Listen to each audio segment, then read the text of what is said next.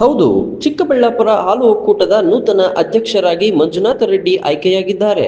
ಸುಬ್ಬಾರೆಡ್ಡಿ ಬೆಂಬಲಿತ ನಿರ್ದೇಶಕರಾಗಿದ್ದ ಮಂಜುನಾಥ ರೆಡ್ಡಿ ಇದೀಗ ಚಿಮುಲ್ ಚೊಚ್ಚಲ ಅಧ್ಯಕ್ಷರಾಗಿದ್ದಾರೆ.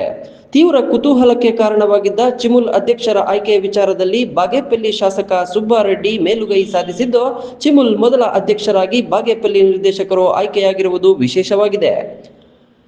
ಇತ್ತೀಚಿನ ಚಿಮುಲ್ಗೆ ನಡೆದ ಚುನಾವಣೆಯಲ್ಲಿ ಒಟ್ಟು 13 ನಿರ್ದೇಶಕರಲ್ಲಿ ಕಾಂಗ್ರೆಸ್ ಬೆಂಬಲಿತ ನಿರ್ದೇಶಕರು 6 ಮಂದಿ ಆಯ್ಕೆಯಾಗಿದ್ದರು.